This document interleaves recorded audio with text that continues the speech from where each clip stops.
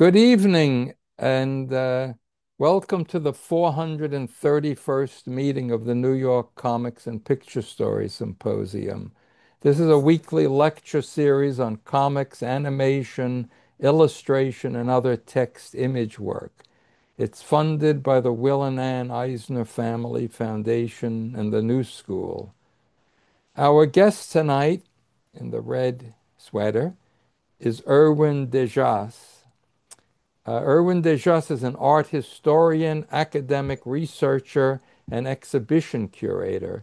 He leads the B Comics Lab project, dedicated to the study and conservation of Belgian comics heritage at the Free University of Brussels and at the Royal Library of Belgium.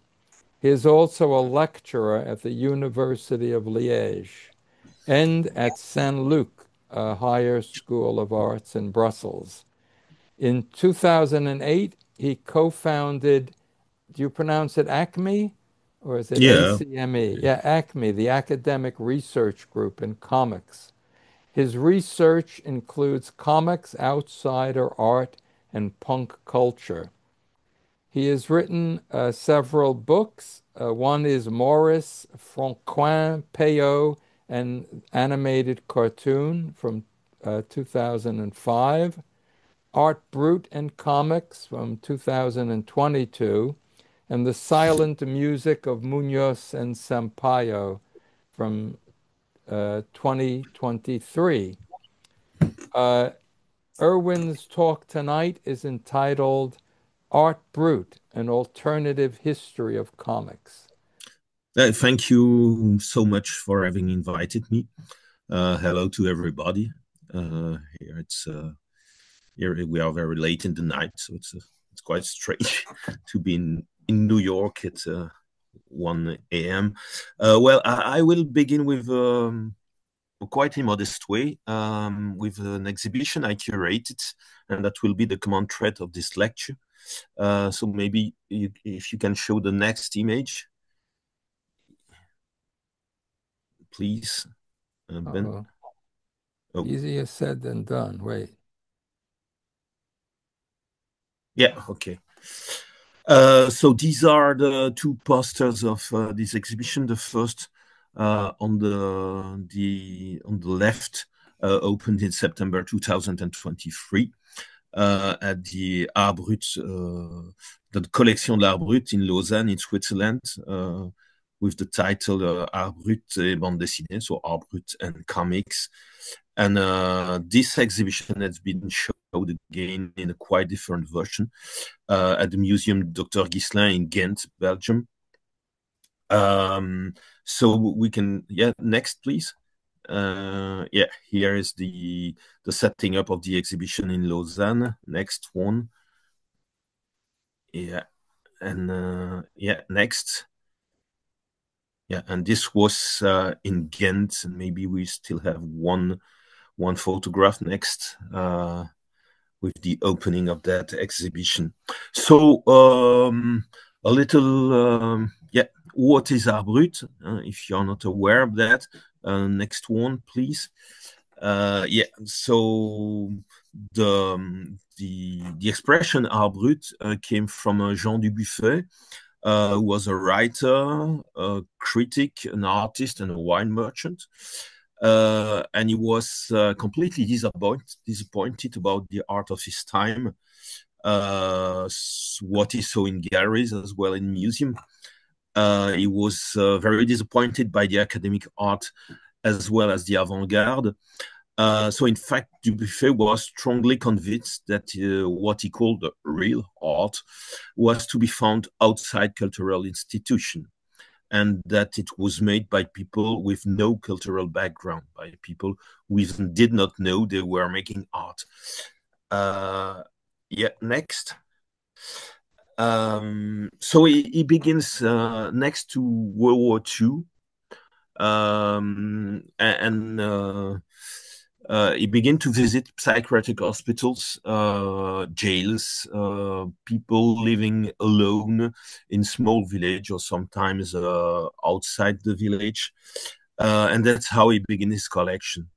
So here on the screen you have one of the two most famous Art Brut artists that Dubuffet discovered at the very beginning of his research in this case in Switzerland. Adolphe Wölfli on the left and Alois Corba on the right. Dubuffet defined Art Brut as such. Please, next. Next, yeah. By Art Brut, we mean pieces of work executed by people untouched by artistic culture, in which therefore mimicry, contrary to what happens in intellectual, plays little or no part, so that their authors draw everything from their own depth and not from the cliches of classical art, of art that is fashionable.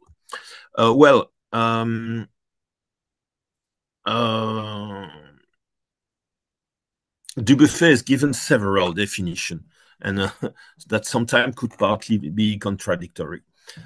He was well aware that even if you live completely isolated with nearly no contact with the outside, it's nearly impossible anyway to be untouched by artistic culture. The form of the table who's under my computer, for example, as something cultural, of course. But I think that at least that definition could help you to get a first overview of Art Brut if you are not so familiar with that notion. So you would ask me, okay, but what does relate to comics? So I will approach this question quite empirically. So personally, my first meeting was 25 years ago, when I began to work for a museum devoted to art made by people with mental disabilities. Next image, please. Who's now called Tintin Museum. It's in Liège, where the town where I'm living, in the east of Belgium. So on the right, it's how it looks like now. On the left, it's how it was when I was working there. And I had studied art history a few years before. When I began to work there, my knowledge about Art Brut was I didn't know much about that, and at the other hand, I already wrote a master dissertation about French comics artist Jacques Tardy, and written also a few articles about comics. So at first, these were two completely different worlds for me. Anyway, little by little, I remarked that some work I saw could show some links with comics, and I finally create in my computer a file, and within that file, a subfolder in my computer. And so every time I discover an Art Brut creator where whose work present some possible relation with comics, I create a subfolder. So I do that since 50 years.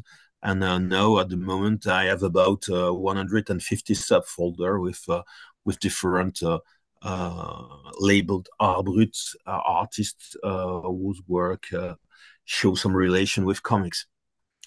And so this is the corpus on which I have relied to build up the exhibition in Lausanne and in Ghent. But of course, I had to make a breaking choice and select only about 30 artists. And when I made this exhibition, maybe next image, please. Yeah, I decided to articulate the exhibition between two poles. One of these poles was that creator called Frank Johnson, whose work was the closest to canonic comics. An artist whose link with comics is clear and absolutely indisputable. Next one. And at the complete opposite pole, we have here Yuichi Nishida, whose work doesn't see any clear link with comics. and it looks more, it could not think about, I don't know, Charlie Schulz or Verger, but more to Cy Twombly or Jackson Pollock, for example. Anyway, it's quite different. So these are the two poles, and I built the exhibition by choosing artists that occupied the intermediary positions. A few words about Frank Johnson, please. Next image. Yeah.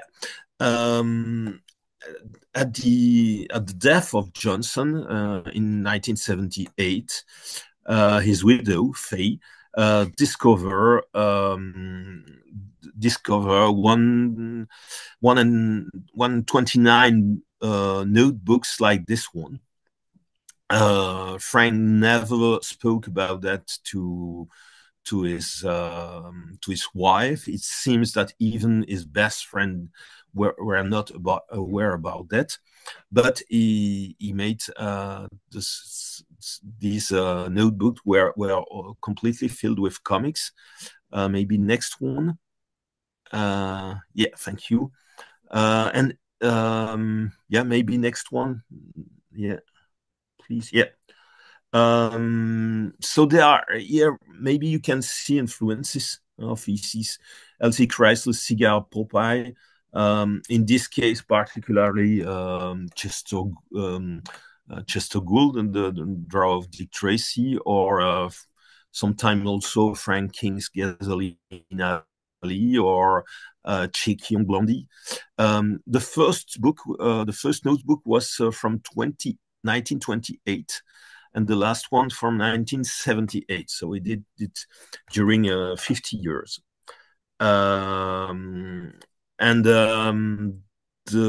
It depicts the everyday life of a bunch of friends from the Midwest.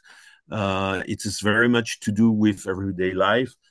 Sometimes there are also a detective part, like the pages you see here, but it tells more about marriage, the children that are growing, and so on. There are also some part who are very violent. Sometimes could nearly make thing about some underground comics of Robert Crumb or Gilbert Shelton, where you see people fighting and so on. It was also, it seems to correspond clearly with a period when what Frank King was had alcohol problem, was an alcohol addict, and researchers have found even his inscription to the anonymous alcoholic. I don't know how you call that in English, AAA, the organization for people who have addiction with alcohol. And finally, the very last one, the number 129, was released 15 years after the number 128. Next image, please. Yes, these are the very, very last page. And so, like I told you, there is 15 years between the last two ones. And when you read the last one, you see the character who are thinking, okay, oh, that's great to see you again since such a long time. And they speak about people of the neighbor and so on. They say, okay, oh, that guy passed away. Yeah, okay, but he was quite an old guy. Yeah, now we are the oldest one. And it's clear that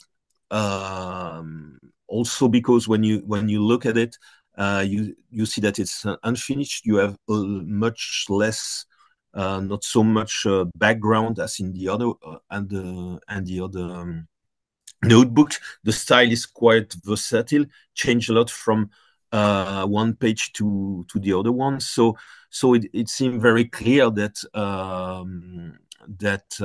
Johnson was very ill at the moment, and it looks like he decided to go back to his self-made comics when he knew that he will not live not many years. So it's finished, and so it's an unfinished story, but that take 50 years, that he did during 50 years. And now we can have a look at Yuichi Nishida again. No, can you come back to the yeah, Back to that. This. yeah, no, one more, yeah, here. Oh, so here are drawing by Yuichi Nishida.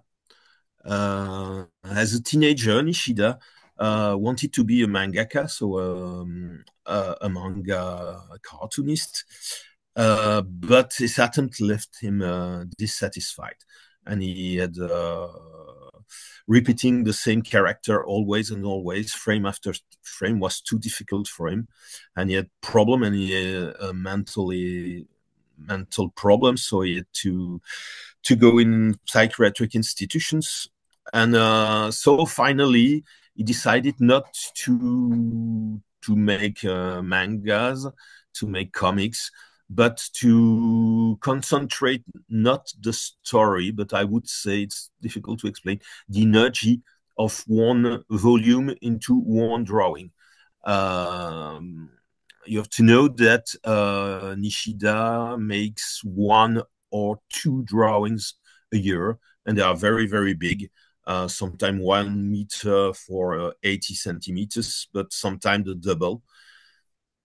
And it's a very precise work. He draws silently and covering centimeter by centimeter the whole page. And maybe when you look at it, it's quite strange, because you see sometimes figurative elements, but they seem to disappear directly. So that was the work I showed, that was the most far away from what we could say canonic comics. Yeah, next please. I will present you a few artists, some that were. Should I Next move one, please. back to where we Yeah, were? yeah, yes, yeah, yeah. All right. Maybe some of you know Henry Dodger, who was a janitor in a hospital in Chicago. And his work was discovered just a few days before his death. That was thanks to his neighbor, who was a photographer, and he discovered in the apartment of Dodger, who was this old man living alone, uh, who had quite a very difficult life, also having passing some time in psychiatric institution. And he made a 15,000 page novel. Please, next page, next image, please. Yeah, that's the title of this novel, the story of the Vivian girl in what is known as the realm of the inner role of the Glandecondalian war storm caused by the child slave rebellion. And moreover, he did also 300 drawings. Some are more than 3.5 meters long. Maybe can you show again the former one, please? Yeah. So you have here one drawing, but the image show the two sides. So you see some little girls that speak in speech balloons, that were traced from dailies, or sometimes from magazines. And many of the little girls are traced from famous comics made drawn by Darrell McClure, little Annie Rooney, who was a sort of imitation, a little orphan Annie, but sorry, I remember his name. I forgot his name, but Harold Gray. Harold Gray. yeah. Thank you, man. Harold Gray. So it was a sort of copy of that, but he traced this little girl, but he traces also a soldier from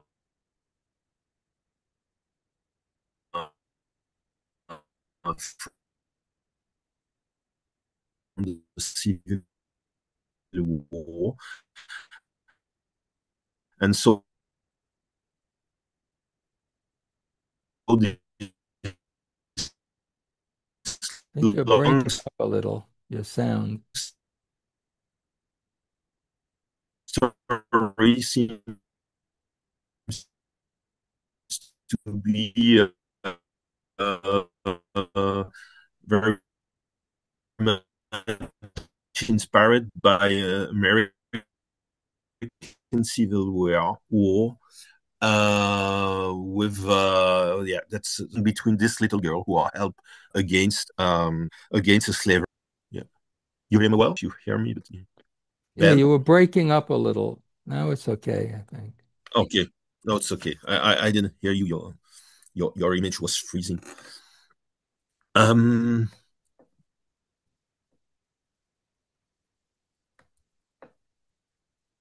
so these are very long panoramic drawings.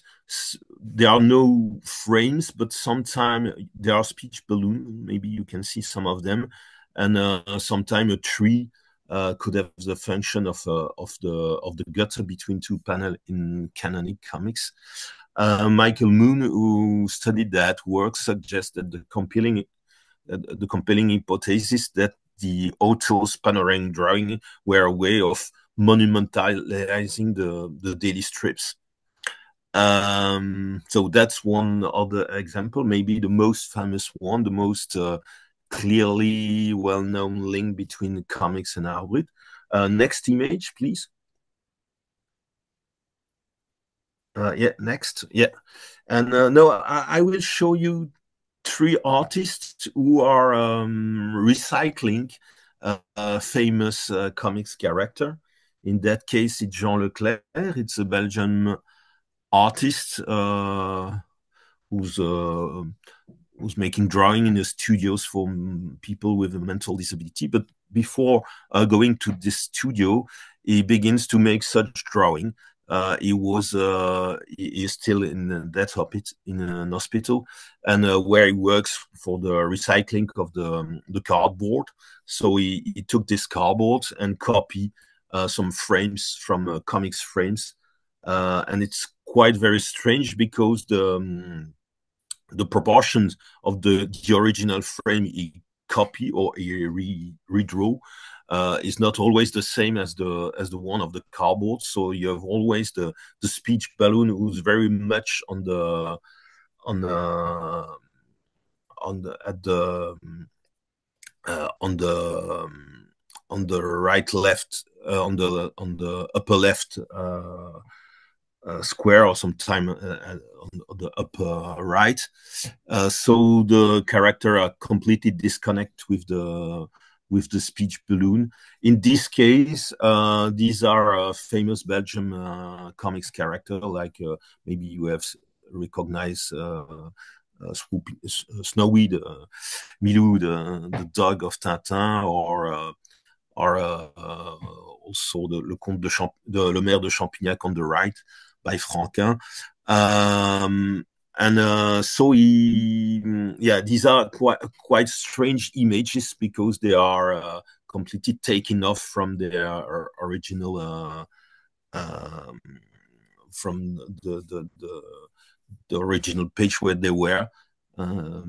Yeah, please, next image. Yeah, it's another case of recycling comics icons. In this case, maybe you know Daniel Johnston, who was also a singer and became very famous, notably because Kurt Cobain or the musician of Sonic Youth, among others, claimed their admiration for him as a musician, but he was also a drawer, and he created his own very elaborated mythology, where, among other, there are characters that are superheroes, like Captain America, who's a good character, but you have also bad characters. It's a kind of mythology with an always fighting because a good and bad character. The woman on the right is Laurie, he was in love with her, but it was completely a platonic love of his adolescence. Um, that's also what appear in his songs. It's also always this fight between the good and the evil. Um, Next one. Yeah, here we go to Japan with Kanako Tayu, who makes this kind of character, and she often copies um, some mangas like Sailor Moon. But she mentioned that Sailor Moon is a singer in a J-pop group, and she reused the formal characteristics of manga, but she made them she enhanced these formal codes, and the eyes, for example, becoming even bigger than in the original mangas. And she has made this character during a long period. Next one, please. Yeah, next image. Yeah, these are other works where she made after that, and you see that we still see the character, but it begins to be more abstract. Or even on the right, you still recognize the form of the body of Sailor Moon. But now what she has done is to take old drawings. She's now 50, but her first drawing she made when she was 14, and she has begun to redraw on a whole drawing, and that makes nearly disappear these ones, who's very that creates something very strange, because the as she's getting old, also the character that were forming this universe are disappearing. So what I also would like to emphasize is that, as Jean Dubuffet says, that Art Brut artists were untouched by culture, that they in fact we see that there is often a culture, often a popular culture, but that many creators recycle the icon of comics of their own cultural area, Japan, Belgium, or the United States. Next one, please. Yeah, and that's a very strange story. When I was preparing the exhibition in Lausanne, the director told me, "Okay, that would be great if you have presented me a lot of artists that are very interesting, but it would be great that you have a look at at what we have in our reserve, and have a look at it, and maybe you can find some of the stuff who could be interesting for the exhibition." And that's how I discovered this. There are in fact 7 numbered drawing made by a man called Jean-Jacques Liabeuf, who was very famous in his time in the year 1910. He was living in Paris. He was a shoemaker. He was a very poor guy. And at that beginning of the very beginning of the 20th century, he was arrested and charged with procuring. Well, he had a relationship with a prostitute. It's called La Grande Marcel, the Big Marcel, was the woman you see there with with the um, the red clothes. And that's right that Jean-Jacques Liabeuf had a relation with her, but he never benefited from his partner's business. So he spent some months in jail, and after he was released, he decided to construct this kind of very strange costume. You see that he has got metal spikes, so he had that on his sweater, but he also made lace of that, and after that he went to the Quartier des Halles in Paris, and there he killed one policeman and he wounded two other ones. And so he was arrested again, and finally, and we see the trial on the drawing. He was sentenced to death, and that was his stories made the news. Liabeuf became a symbol of class justice. Among other famous poets, Paul Verlaine wrote to French President Armand Fallières to pardon Liabeuf, but finally he was sentenced, and before being guillotined, he gave 7 drawings to his lawyer, he thanks his lawyer also in his drawing. And so I had the wonderful opportunity to see that suits of 7 drawing numbered that are telling his history, and that were never exhibited before in a museum space. What next one? Yeah, this is a German artist called Gustav Sievers,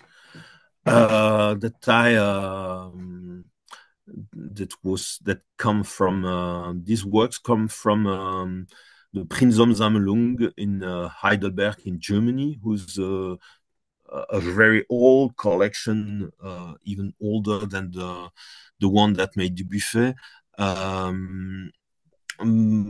with a drawing made by people from psychiatry. And Sievers spent most of his life in psychiatry. He was homeless, and here you have an autobiographical comics where he explains his life.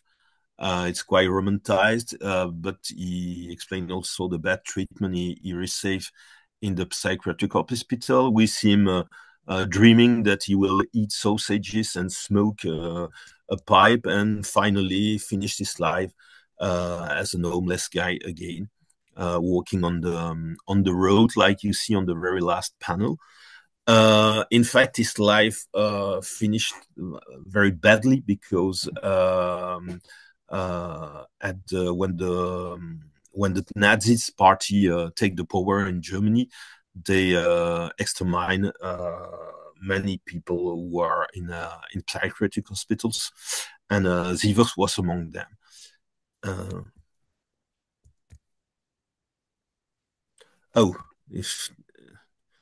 Is there somewhere we can find all these artists' names? You can find them in that catalog of the exhibition, or this one was the one in Ghent. Otherwise, I can also send you the list of them if you want, if you couldn't hear it well, for sure. So that's Gustav Sievers, and I will show you yes, the next image, please. Yeah, that's what he did at the hospital of Göttingen. And so what did he?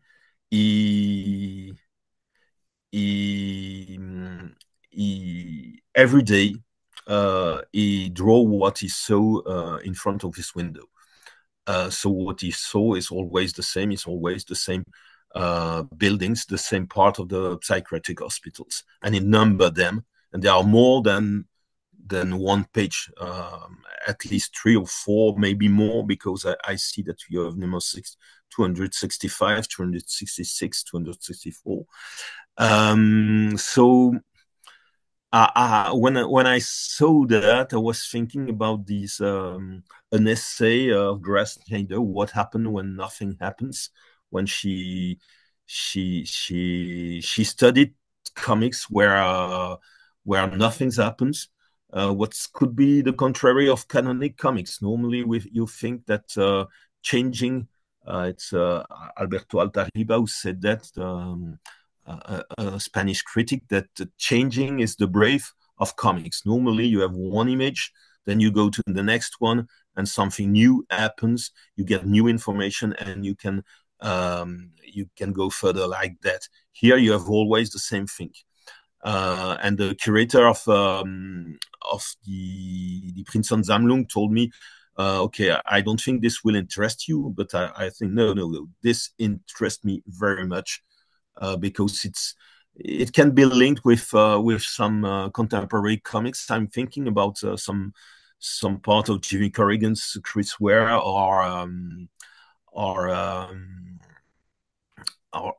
even I I just forgot this name of this Australian famous comics, who makes Make 'em Whole and Whole.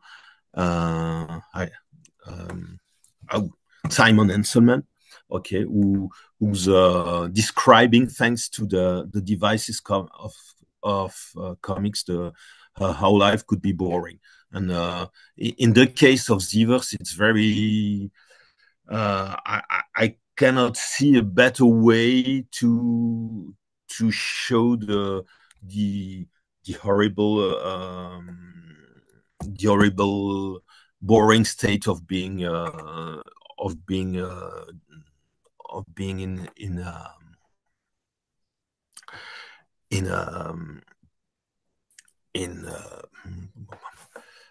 um, yeah, how boring could be life when you are in when you are yeah, when you are private from your liberty. um yeah, next one. Yeah, that's Galen Aiken, and she was living in Vermont state, uh, drawing about the Rambelli cousins, who's kind of substitution family. She tells a story where they play games, they play the piano, they make jokes to their parents, and so on. Um, it's interesting that she apparently consider her work as comics. Like you see that she often shows one big image, and then you have very very small one at the bottom, often on the bottom right. And often she said, "I'm a Galen Aiken. I'm a comic artist, also a piano player," or sometimes she explained this comics is about, and so on. So it's very interesting as she described this as comics when it's completely not canonic. I don't know any other comics artist who use this kind of devices, who use one big image and very very small one. Yeah, next one. Please. Yeah, that's another image. Oh, sorry, the resolution is very bad, but again, you see the same system. Next one. Yeah, and she'd also make three. Yeah, she make also a portrait of these Rambelli cousins. Yeah, next one. Yeah, these are. This is a Dutch artist called Frans Drenthe, who was in a psychiatric hospital in Eindhoven, in the Netherlands, between 56 and 79. And he had that strange project to make a book with the hundreds of drawings he made, that would be translated in 4 languages: English, Dutch, Spanish, and French, if I remember well. And his goal was to denounce these conditions of confinement. And he made and he did a lot of writing about that. I found some of these texts in poetry magazines. and where he explains that these are not only and not so much the patient who are ill, but mostly the whole institution. And so he shows his everyday life. He often uses collage. Maybe you can see that on the next image, please. Yeah, thanks. Yeah. So you have this kind of scene with a man who's playing chess alone, or you have even here a photograph of Drenthe himself looking through the windows. And his want his volunteer was that this work would be published after his death. We don't know if he was dead, but he probably passed away because he would be today around 100 years. So that's something I would want to do, but it's not so easy to find the money to do it. But finally to make the book that Drenthe wanted to be to denounce his conditions of confinement. Who was very much, and so he was freed in 68. So that was a period when psychiatric policies changed a lot, mainly in the Netherlands. But what he explains is very much in link about the discourses about psychiatry at the same time. Among other, with French philosopher Michel Foucault, for example, explain exactly the same in his study of the prisons and the place of confinement. Next one. Yeah, that's work made by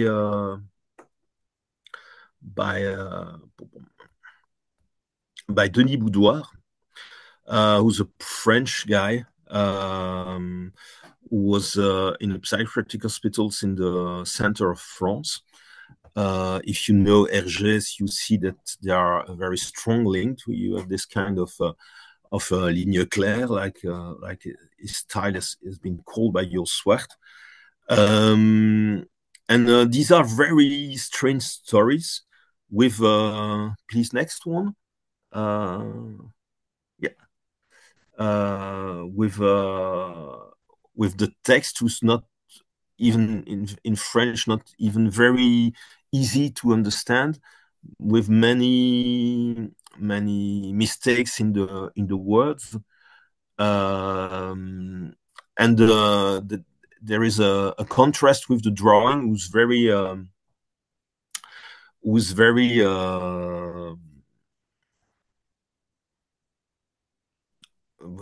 there is contrast between the text and the mastery of the drawing. You have to know that Denis Boudoir was able to draw a very complicated object, like a car motor, for example, turning around that object once, and then he was able to redraw it in every position. So he had these faculties that very strong at reproducing the object. Yeah, next one. Yeah, that's part of another series. These are strange history. We have the drawing. It's a friend of mine, Mathieu Morin, who discovered them. We have rediscovered a lot of drawing. Even we went to the place, the psychiatric hospital where he was living, and so we have now discovered some about 300 drawings. It was very productive, but and we have a project to make a book about that, about his work. But we have the drawing. We know that there are series, but it's not often very easy to know in which order they have to be put. And maybe they are maybe some of the drawing also disappear. So we have to think how we will do this book, taking this thing in account. Yeah, next one. So that's these are works by Luciano Brunetti. After in 1940, he was welcomed in a monastery where they welcome poor people. He was working in a farm in a very poor family. He was not able to draw, to read nor to write. But when he was not working in the monastery in the garden of doing some works, he did such drawings, and these are a copy of a magazine, of a Christian magazine, Familia Cattolica, so Catholic families, where there are landscapes, churches, and so on. And in the redrawing, he redraw them, and they look nearly abstract. You have also the drawing, but it's impossible to. It's not very easy to draw, to read. Sorry, the text. And sometimes the text is not linked with the images. And yeah, and yeah, I don't know if I. And well, when I had to make this exhibition, I hesitate a lot. I was thinking, is it a good idea to select that work? Because the relation with comics is not so clear, and moreover, I'm in that case, I'm very sure that Brunetti didn't want to make comics, but one thing I thought was completely apparently not a scientific argument, but I was thinking, would my comics artist friend love it? Would they be interested by that? So I'm thinking, yeah, I'm pretty sure of that. So finally, I decide to put it into the exhibition. So that's just a small sample. I could have presented much more works, of course. Anyway, I will now try to define precisely the ties between comics and Art Brut. Yeah, just one second. So first of all, Art Brut's creations are often strongly narrative. Since the end of the 19th century, artists have undermined the narrative dimension of images. Oops, sorry. It doesn't matter. Can I get out of the slideshow? No, it's okay. Like, keep that one, please. Oh, okay. Yeah, okay. So since the end of the 19th history, artists have undermined the narrative dimension of image. Impressionists and post-impressionists have claimed that the subject of the image does not matter. This will lead to the undermining of the subject itself and opens the way to abstraction and later conceptual art, where art is regarded as a discourse on art. So in the 20th century, the narrative issue had been quickly done away, although there are the exceptions like the surrealism, for example. But it is often stated that comics were the last refugees of the stories, and that by some part they take the relay of the visual art who left it away. Art Brut, also because their artists are generally not aware of the practice enforced in the art world, do not see narration as a possible taboo. Yeah, that said, I think that the 21st century art has quite rediscovered this narrative dimension. But I think the 20th century art was not more a question of narration, was very strong in the former centuries, 19th century, the neoclassic painting with Napoleon Bonaparte, for example, or the Dutch family scene were very narrative. But that was kept in Art Brut. Second thing is that comics and Art Brut have in common the great heterogeneity of the plastic device they show, or in other words, present a plurality of semiotic register. Again, this breaks away from the traditional art categories with the separation between the field of literature and the field of visual art. As former director of the Collection de l'Art Brut, Michel Thévaux, stated, this creator occupied the supposedly empty intersection between the writing and the figure.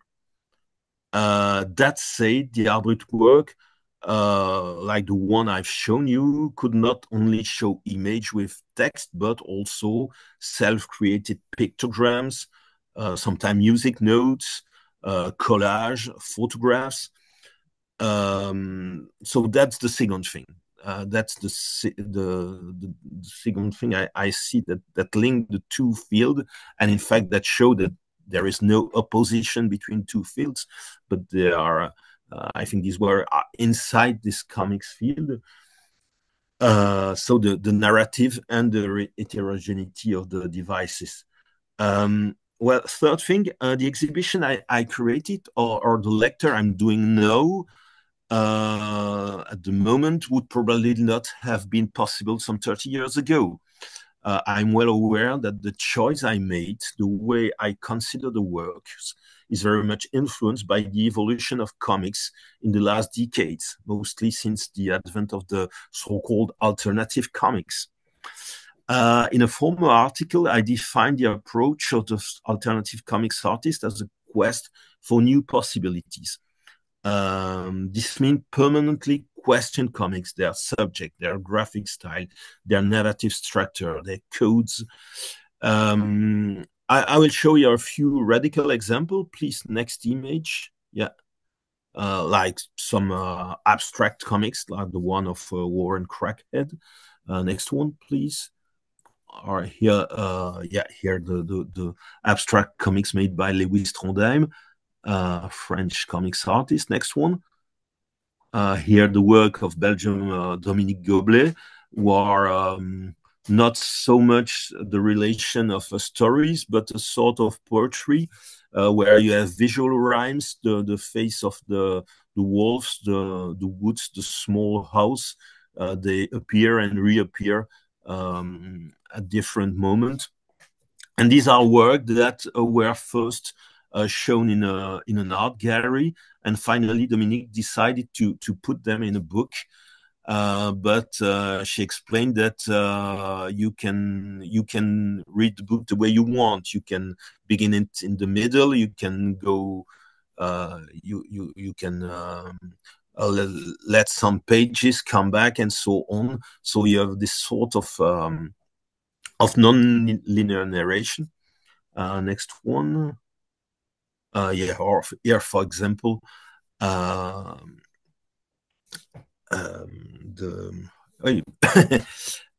Mark Bell, who used a sort of device that you can see, for example, in Middle Age manuscript. So here we don't have frames, but more a character that's moving inside the wall background. So there are a few examples of alternative comics just to show you that the limits of comics have been blurred a lot.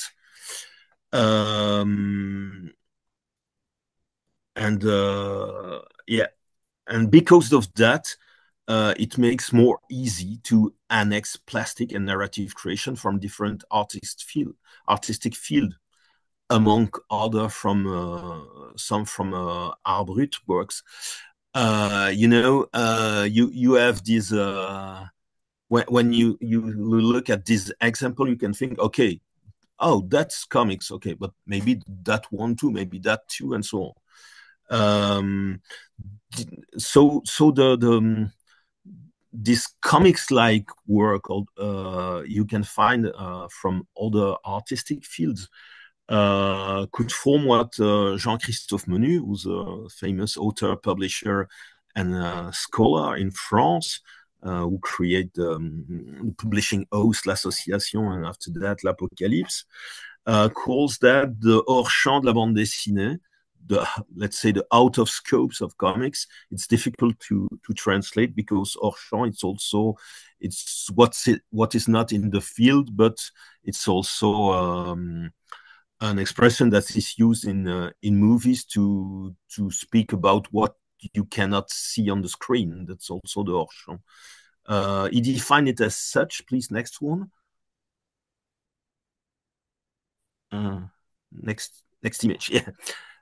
So a group of work that undeniably belong in the field, but which comic strip art does not incorporate it into its history, thus failing to recognize it as being integral and within the scope. I don't think this translation is very perfect when I reread it now. Next one. Yeah. And yeah, Ben, sorry, will recognize that he did it with Bill Cartalopoulos. So that's an issue of the Best American Comics that Ben Catchor edited, was the editor. So he showed, among other, the work of William Tyler from the studio Creative Grow in California. So when I discovered this, I was very pleased because I was thinking, okay, it's not my interest for the link between comics and Art Brut is not yeah, it's not just a thing that came. There are other people who seems to think the same. Or if you go to next image, please. Yeah, a few years before, I think that issue of Raw was from 89, 90, something like that. The end of the 80s, very beginning of the 90s. And there you have a small article by Art Spiegelman, creator of Raw, called Henry Darger, Janitor or Genius. And it integrates completely into that issues without explaining nothing. It doesn't say, okay, that's something a little bit different. No, it showed that work of Henry Darger clearly as comics. So you have all these people who are interested in Art Brut. Yeah, thanks to the contact I have in the comics work, I came to realize that so many comics artists show great interest for Art Brut, among other Ben Catchor, but Art Spiegelman, but also Jean-Christophe Menu, Richard Maguire, Edmond Baudouin, Alex Baladi, Dominique Goblet, Benoît Jacques, Paquito Bolino, just to name a few. They all tell me, yeah, I'm very interested in Art Brut. That's a great thing for me. It's an important reference. And all these are associated with the so-called alternative comics. And well, I would make the hypothesis that Art Brut works could be for these artists a large set of alternative solutions. They match with their quest with new possibilities. Well, when thinking about this publication or also the exhibition I made, I saw comics not only as a medium but as a way of looking at the work. Personally, when I see, yeah, for example, a marble paved ground, it is hard for me not to regard as a series of abstract comics panels.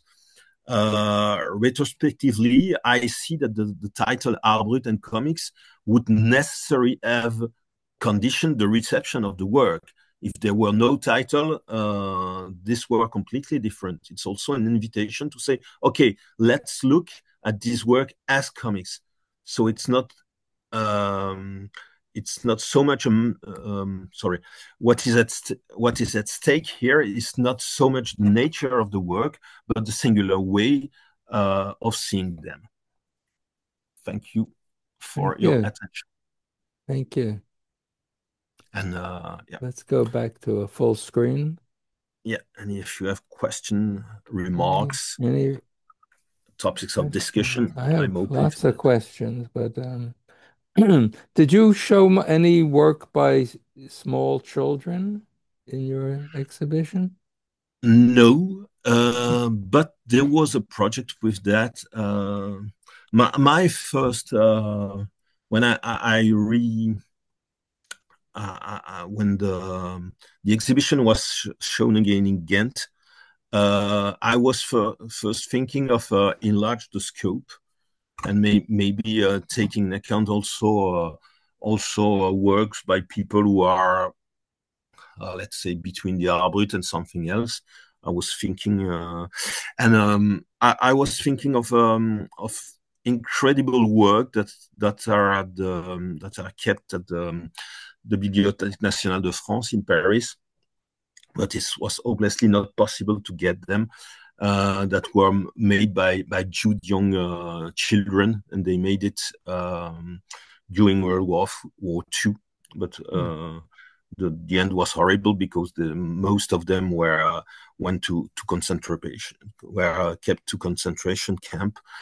But these were very long comics like that, and I think they use it also to show them like like a magic lantern Hmm. with showing one image next to the other one with a candle behind it. And this was also a collective work. I would have loved to show that, but it was hopelessly not possible. I see there's a question, have any collections of Karl Franz Drenthe's work been published? Sorry. Can you see the chat? There's a Oh, question there. the chat. 1 second. Oh, yeah, here it is. Have any collection of? No, no, no, no, no, no publication.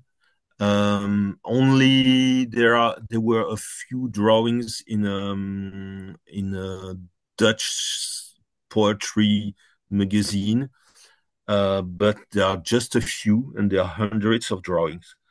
But yeah, that's that's a project I would hope to do, is to make that book he wanted to make, or that book he wanted to be made after he passed away.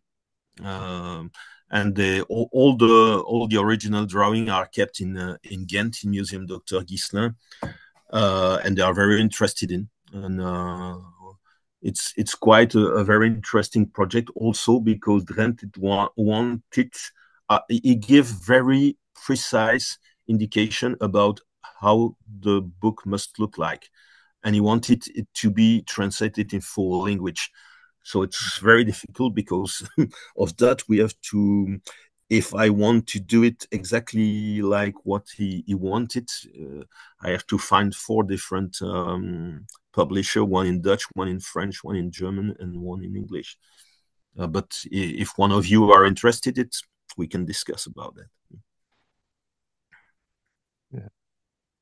I know in looking, I start when I was editing that Best American Comics, I was Mm. looking in prisons and in these kind of workshops for people, some autistic people, different people from different situations. And I found there was lots of restrictions. I wanted to use work by living, working artists Mm-hmm. who did the work that year. That was the premise of the book. And yeah, most work by prisoners, there were problems getting the Mm. rights to identify them as being in prison. And well, there were enough. I found enough work that I could, but I found that kind of amazing. But Yeah, yeah. because I mean, I think if you think about the surrealist program of outside the art of the insane and children's art, uh, I mean, the political ramifications of that are tremendous. I mean, it kind of questions lots of ideas of art education and who's supposed to be making this work and how does it Mhm. destabilize the whole society to say we want to look at work uh, that doesn't maybe not even coherent in some on some level, like Mhm. linear narratives and things like that. So I don't know. I mean, in Europe, I think this work was recognized pretty early as being of interest, uh, just purely as objects of drawing. But I mean, you Yeah, see, most of the people you showed had some, obviously, they had seen pictures and they'd seen popular art and they've seen all kinds yeah, of yeah, other comics or not or picture books, you know.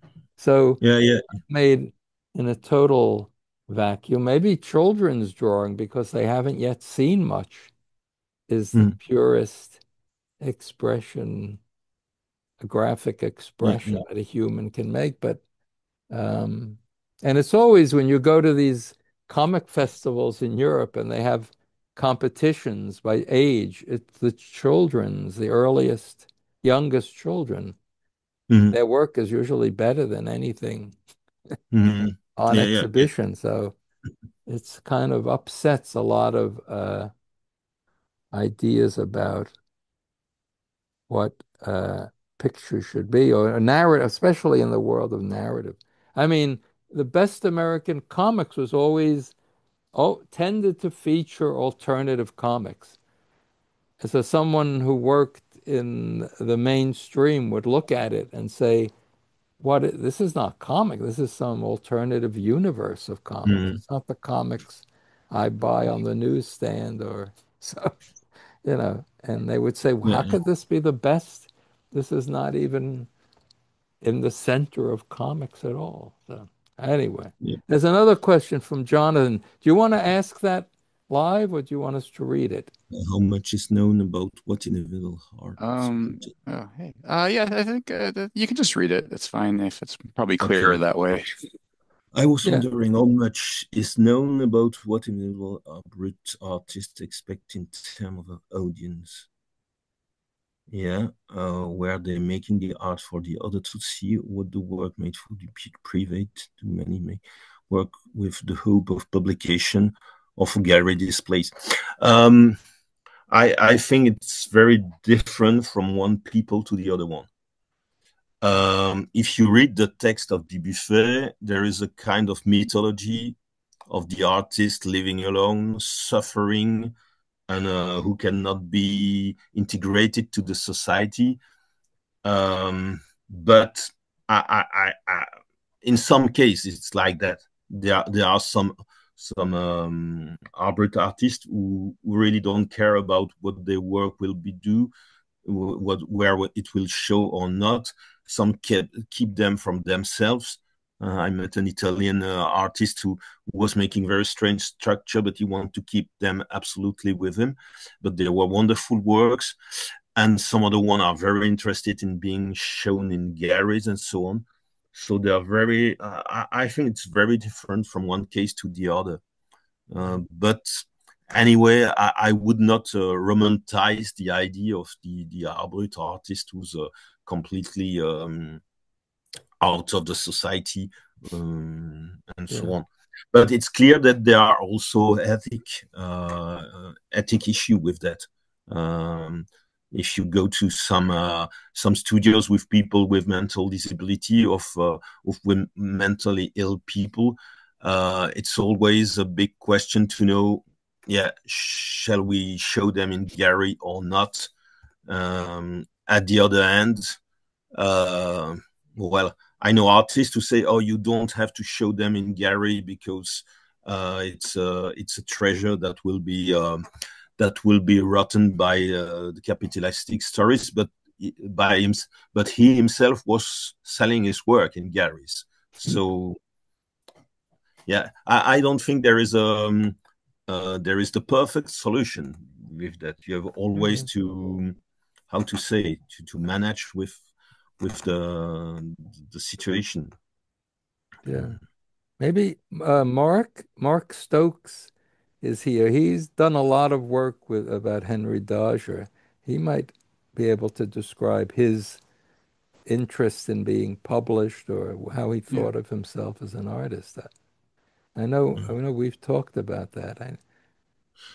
But yeah, yeah, With yeah, Frank yeah. Johnson, for instance, is there were those sketchbooks entirely private?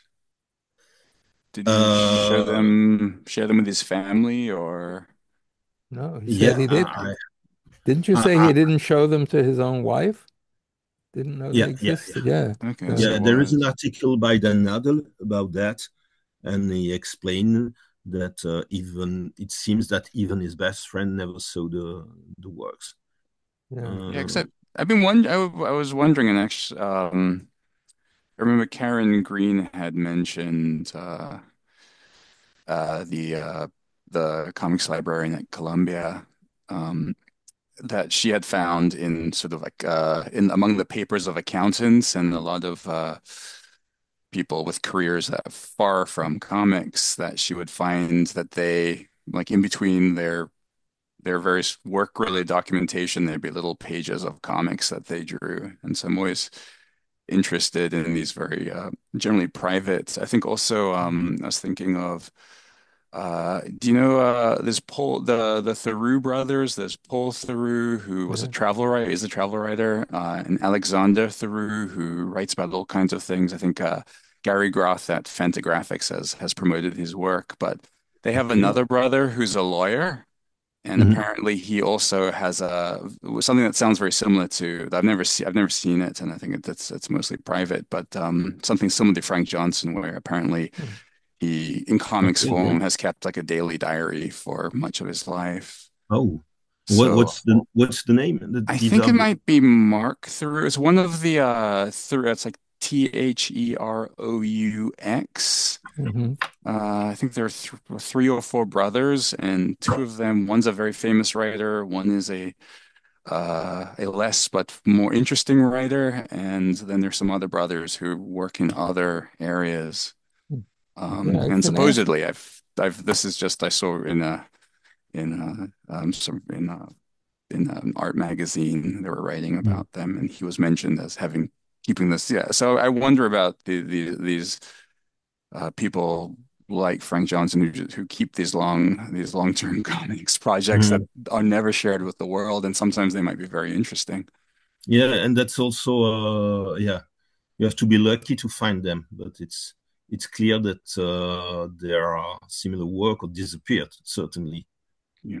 Yeah. statistically, it's clear that yeah, when some when one people dies, you have to that's somebody has the good luck to keep the works.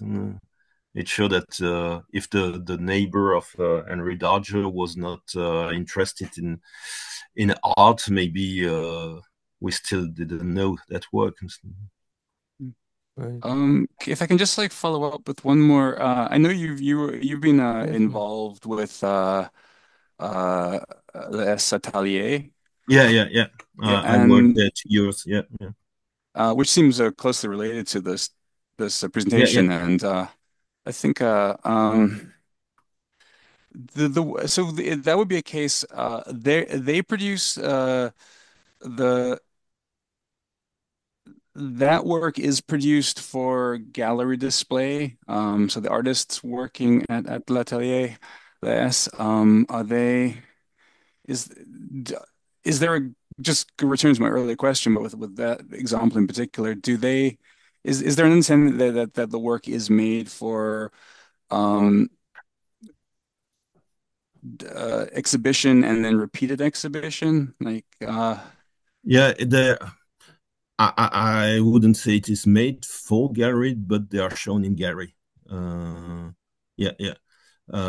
Yeah, some of them have, and they are in very famous galleries.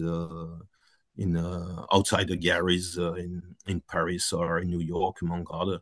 Yeah, yeah, yeah. Hmm. That's the choice they have made. Okay. But I've visited and I've collaborated with such kind of studios, many of them, and everyone has his own policies. And I do not see the perfect solution again. Yeah. But they take the idea that yeah, for Anne-Françoise Rouche, who's leading the Laes Atelier, her idea is okay. These are artists, so why not showing them into gallery like let's say normal artist would like to do. She visited Ben. I just wanted to, I just like the when I saw this was the 431st meeting, I was that was amazing. But maybe like 200 meetings ago, I Yeah. remember Anne-Francois was in the audience. Yeah. She came, she joined Okay. us, and we went out to dinner afterwards. It was really nice. Yeah. Yeah, that's a wonderful place. Yeah, yeah, yeah. Thank And you. yeah, I didn't show artists from that atelier, but there are a lot, yeah, like that one, for Yeah. example, Hard to Sarah see. Albert. Wait. Yeah. So I know Mark Stokes just came on visually. Do you want to I say did. anything about Dodger's ambitions to see his work published? Yeah, I mean, it's something we've spoken about before, haven't we, Ben? Like, Yeah. why was he making that work Didn't he and to have what extent? business cards?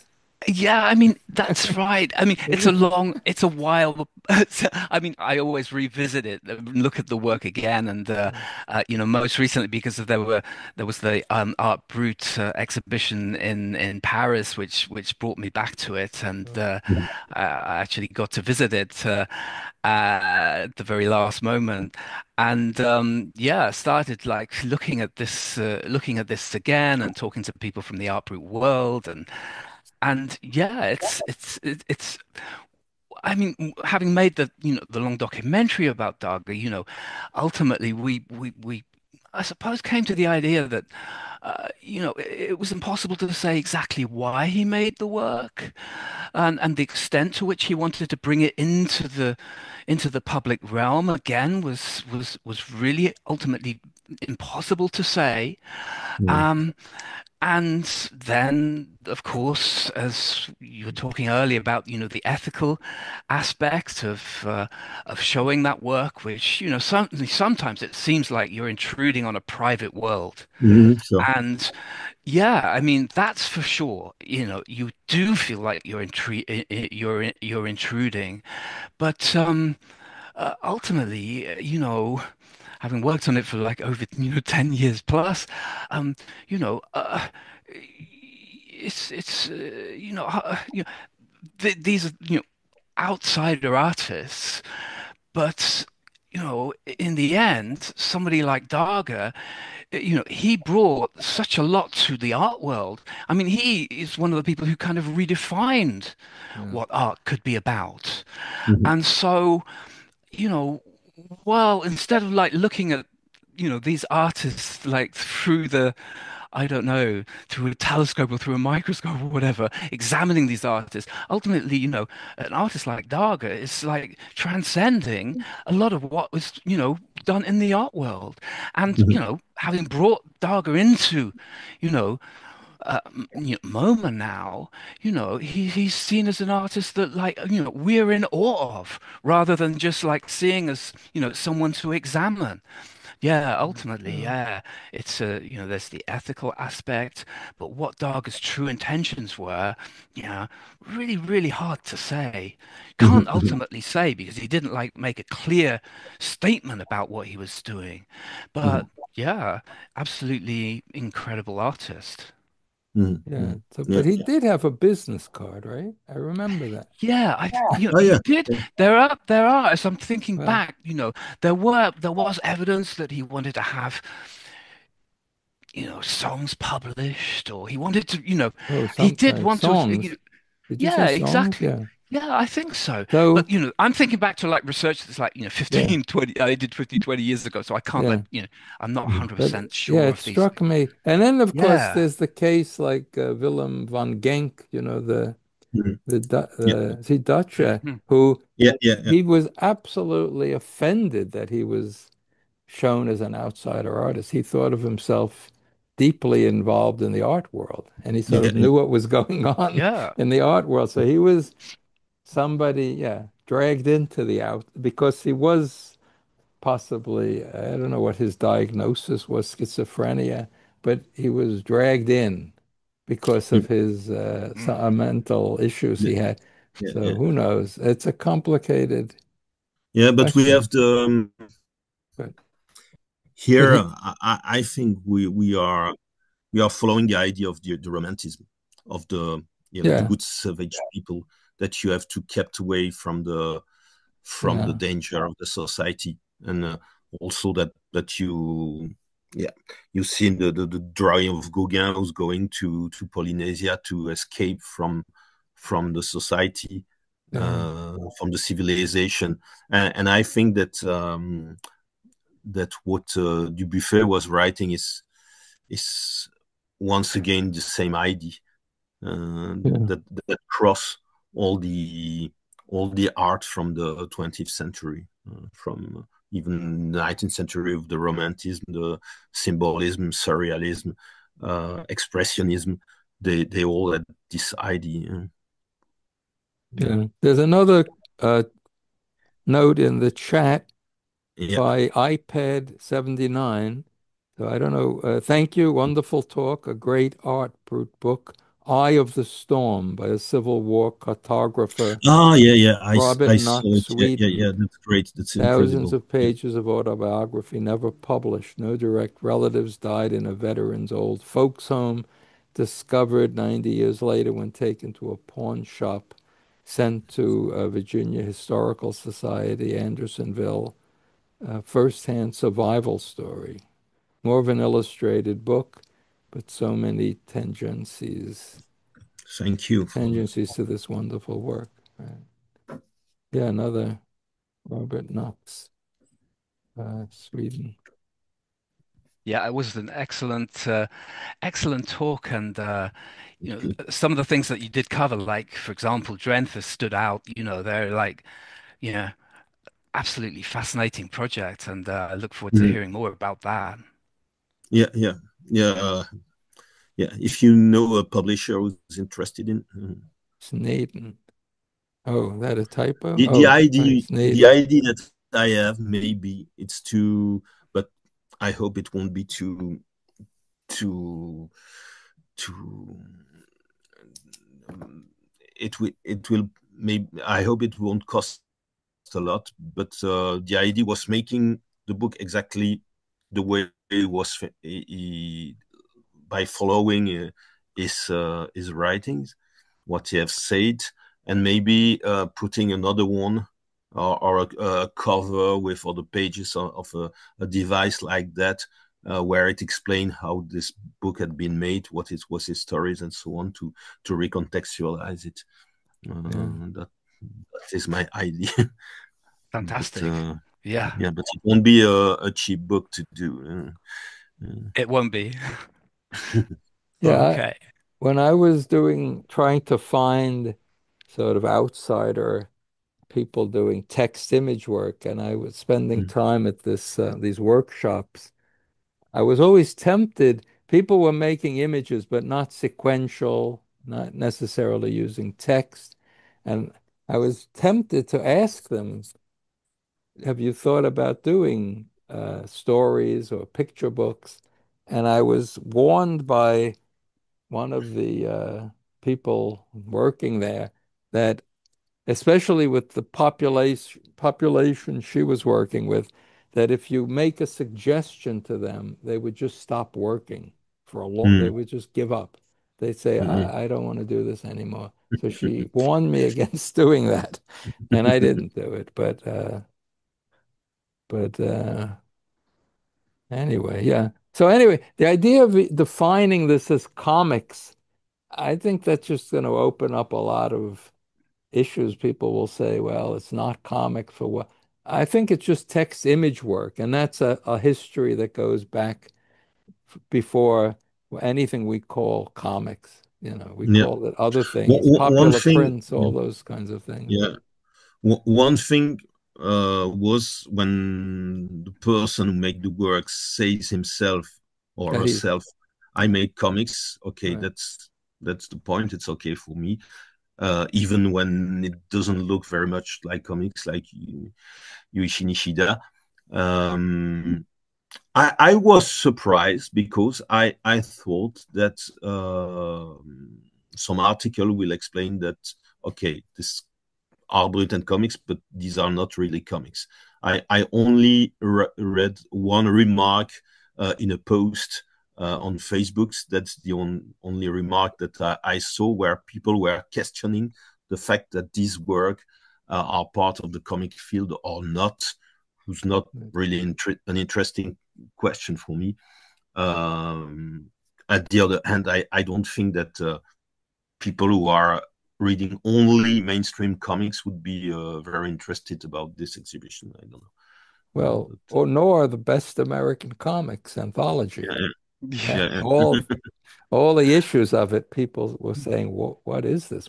Where, I mm, mean, it may have well been collections of outsider artists to them. yeah, On the spectrum of what's inside comics and outside comics, I think a lot of alternative comics fall on the outside. mm. With just I don't know what that says about Yeah, the but it's more the idea, like Eric Maigret, who's a sociologist, he's explained that let's see it as in a constructive way. yeah, That it's I had to remember how to say that in English. Une constellation culturelle en expansion, so a right, expanding, cultural an expanding cultural right, constellation. I don't know if the word exists, but Constellation, yeah, constellation. Yeah, if you, absolutely. right. I hope you Well, understand the idea. Mm. I mean, alternative comics then really drove the interest, didn't it, in Art Brut and in particularly in uh, Henry Darger. It was that I think I Yeah, saw Henry Darger first in Raw magazine. So, you yeah. know, me But too. I Yeah, mean, yeah. you wanted to measure the direction of influence, yeah, for the last 20 years. I mean, Dodger had a tremendous impact on art students. Not the, I yeah, mean, so it's Yeah. hard to, it goes, in his case, it was more, he had a really big impact on, well, I think but it goes back to, Dubuffet and children's art and all kinds of Uh, de-skilled art, de-skilled drawing technologies, people who didn't want mm. that kind of academic veneer. So I think that's an old story. It goes back, yeah, to that Ben, period. didn't you even Dubuffet, sorry, children, sorry. What is no, that? no, no, no. Just to finish, Dubuffet children drawing his first collection, Yeah.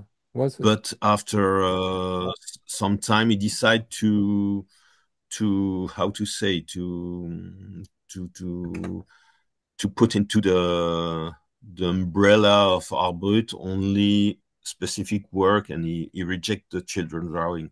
Hmm. But there are some in the collection. Yeah. Well, yeah, I don't know if you yeah, I don't know what you call them. You call them pictures by academically trained Yeah. writers and artists. And that just don't, they just haven't had the chance to be trained yet. So maybe that's a Mm. great moment. But anyway, what were you saying, Mark? Were you asking me a question? I was going to say, I think when we were talking, you mentioned that there was even a sense of story at one point that people thought that Henry Dargle Oh, yeah, was not even a real right, original artist, that he was you know, right.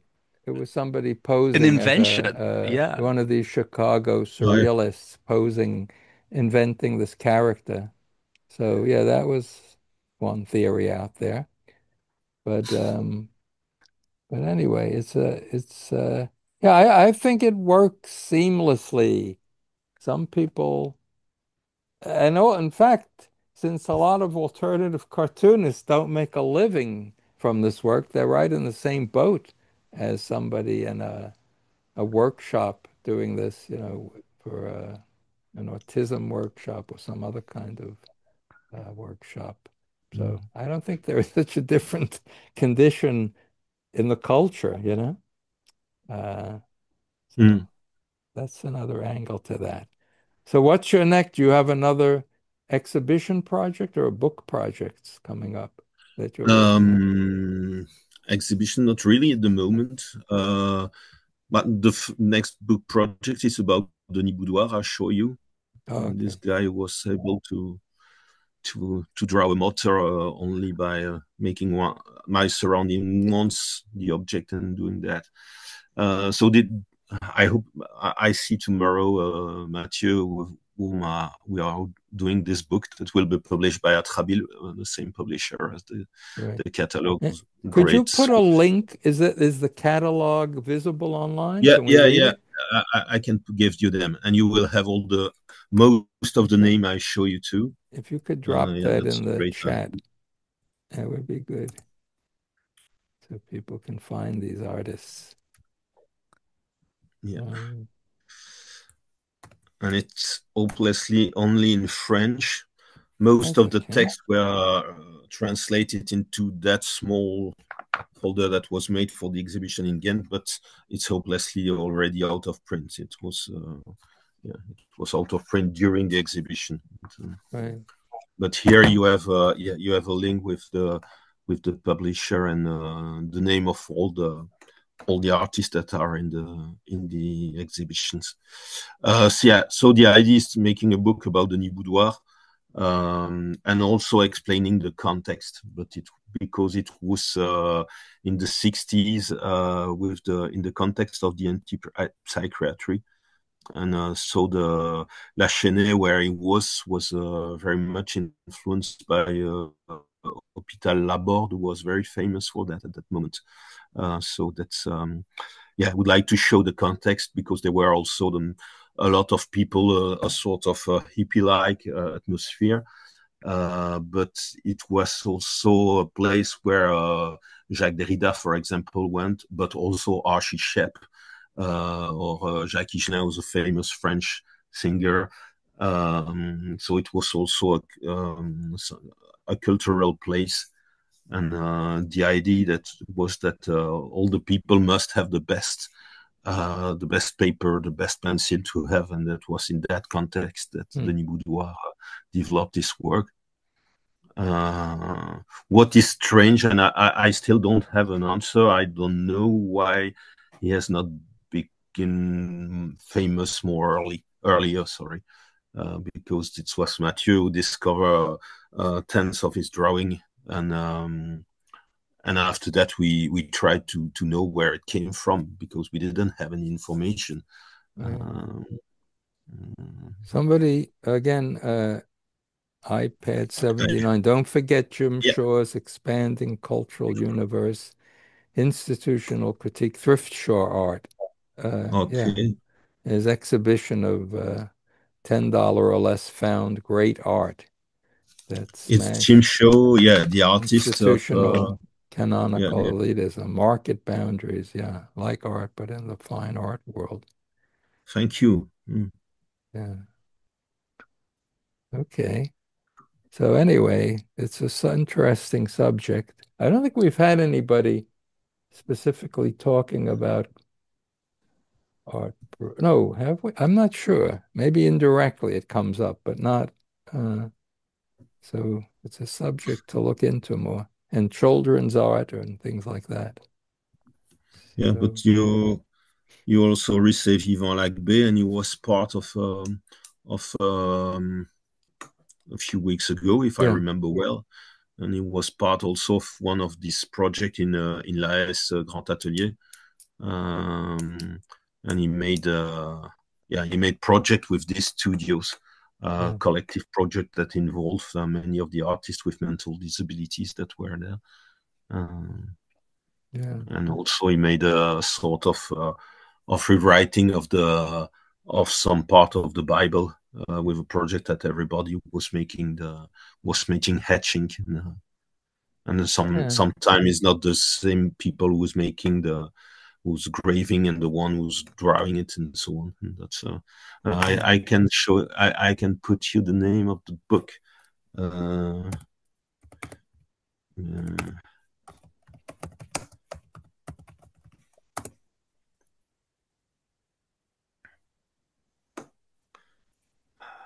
Yeah.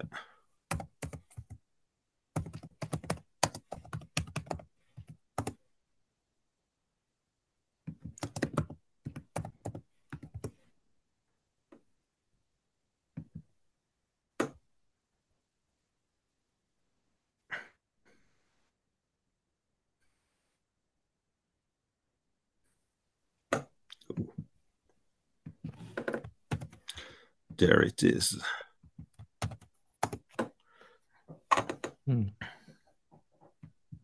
Oh, okay. Yeah, there's a book, a French book Yeah, it's about inspired by what? What were you going to say? Oh, here it's a free adaptation of the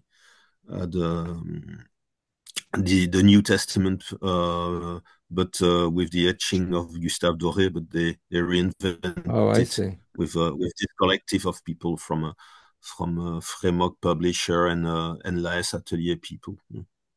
Yeah. And so the speaking word it's Jésus triste. So in French it's Jésus Christ, and triste mean sad. Right. Okay. Thank you again. That was Thank you great. for the invitation. It Yeah, was everyone. Thank you. to have Keep up this the good work. conversation. Sorry for my not perfect, not academic Ah, English. it's good. We love foreign Okay. accents. So thank you. And Thank you, any Thank you good so work. Thank much. you, Thank you. Erwin. So we'll see you all next week. Yeah. Thank you. Take care and good night. Bye Good bye. Great. night. Good night. Thank you. Good night.